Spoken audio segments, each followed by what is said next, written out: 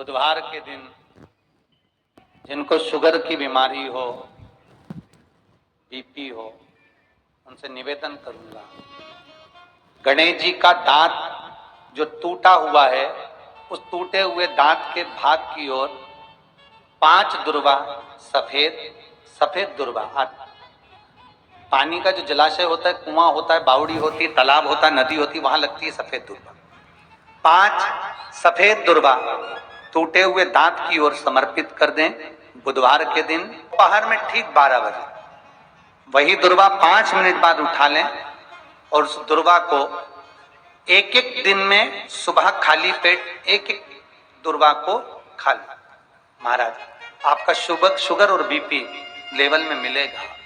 आपने मुझे दुर्वा समर्पित करी है, ये दुर्वा जो मुझे देगा वो वैभव प्राप्त करेगा। जो दुर्वा मुझे समर्पित करेगा उसके जीवन में रोग दूर हटेगा। शंकर भगवान कहते हैं, गणेश, ये दुर्वा बुधवार के दिन, इस दुर्वा का अलग अलग महत्व है महाराज।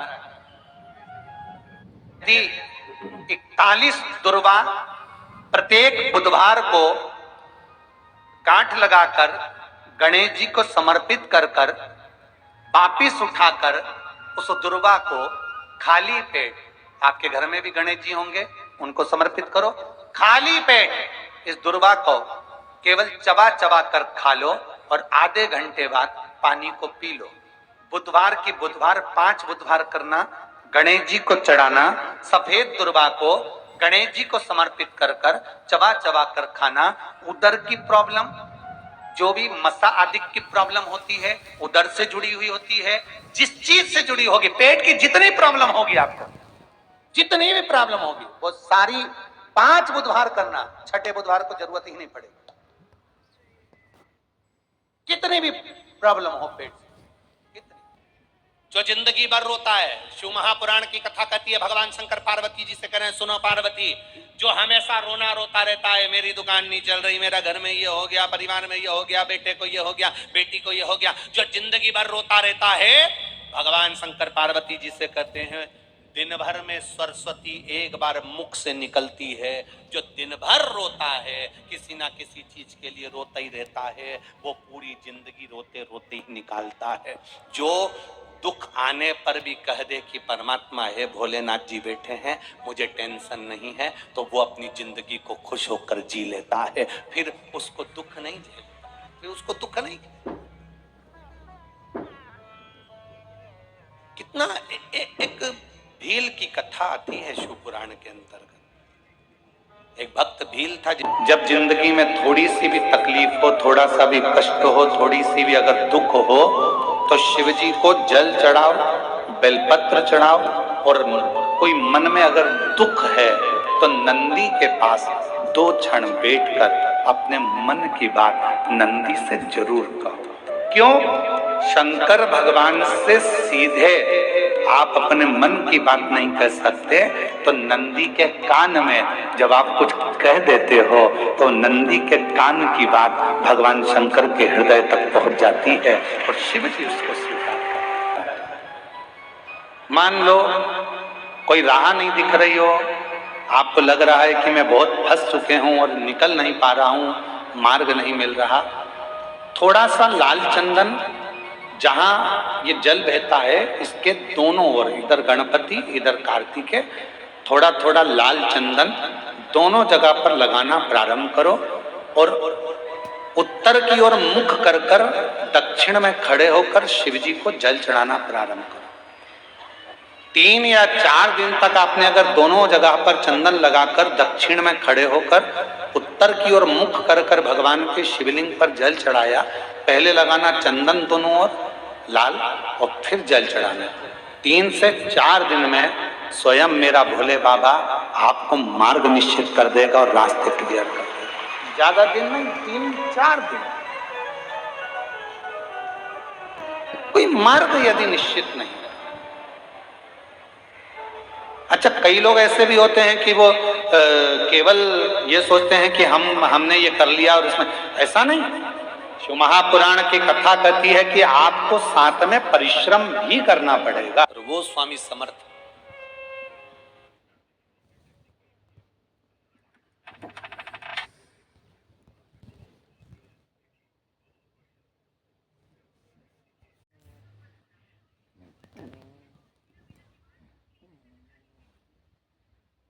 जाप करता है, जब भी नाम स्मरण करता है, जब मंत्र में डूबा रहता है, नाम में डूबा रहता है, नाम स्मरण में डूबा रहता है, महाराज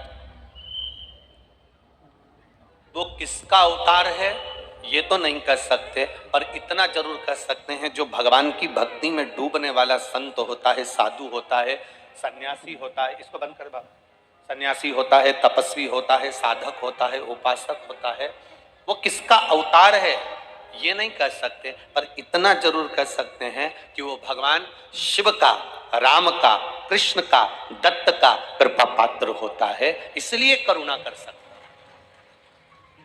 तुम्हारा भाग्य देखिए कितना प्रबल होगा। आज श्री स्वामी समर्थ जी एक बार सूरदास जी से मिले थे। श्री स्वामी समर्थ जी एक बार सूरदास जी से मिले। सूरदास जी के नेत्र नहीं थे। श्री स्वामी समर्थ जी ने जाकर सूरदास जी को देखा। सूरदास जी को देखते से स्वामी समर्थ जी ने कहा, आपके नेत्र नहीं है कि आपके दरवाजे पर कोई आता है तो खाली नहीं जाता। स्वामी समर्थ जो सूरदास भगवान कृष्ण की लीला का गुणगान करते हैं, जो सूरदास भगवान कृष्ण के गुणगान में लगे रहते हैं, वो सूरदास जी कर रहे हैं स्वामी समर्थ से, मैंने सुना है आपके दरवाजे पर कोई आता है तो खाली नहीं जाता। खाली कुएं को केवल आप एक बूंद पानी डालकर भर देते हो। कोई गोदी खाली आए तो उस बांझन की गोदी में लाल दे देते हो। दुखी आया उसको आप सुखी कर देते हो। स्वामी समर्थ क्या मैं सूरदास, मेरी भी अभिलाषा पूरी होगी? स्वामी समर्थ मुस्कुराए, हंसे और मुस्कुराकर स्वामी समर्थ जी ने कहा, सूरदास तुम तुम्हारे मन में सोच लो तुम्हें क्या चाहिए। सूरदास जी कहते हैं बस आपके दरवाजे पर आया हूं तो सोच लिया। सूरदास जी ये स्वामी समर्थ आज आपसे कहता है, आपने भगवान कृष्ण का दर्शन मांगा है, एक बार आपके नेत्र आएंगे और आप भगवान का दर्शन कर लोगे। एक बार आपके नेत्र आएंगे और आप भगवान का दर्शन कर लोगे। और वही हुआ।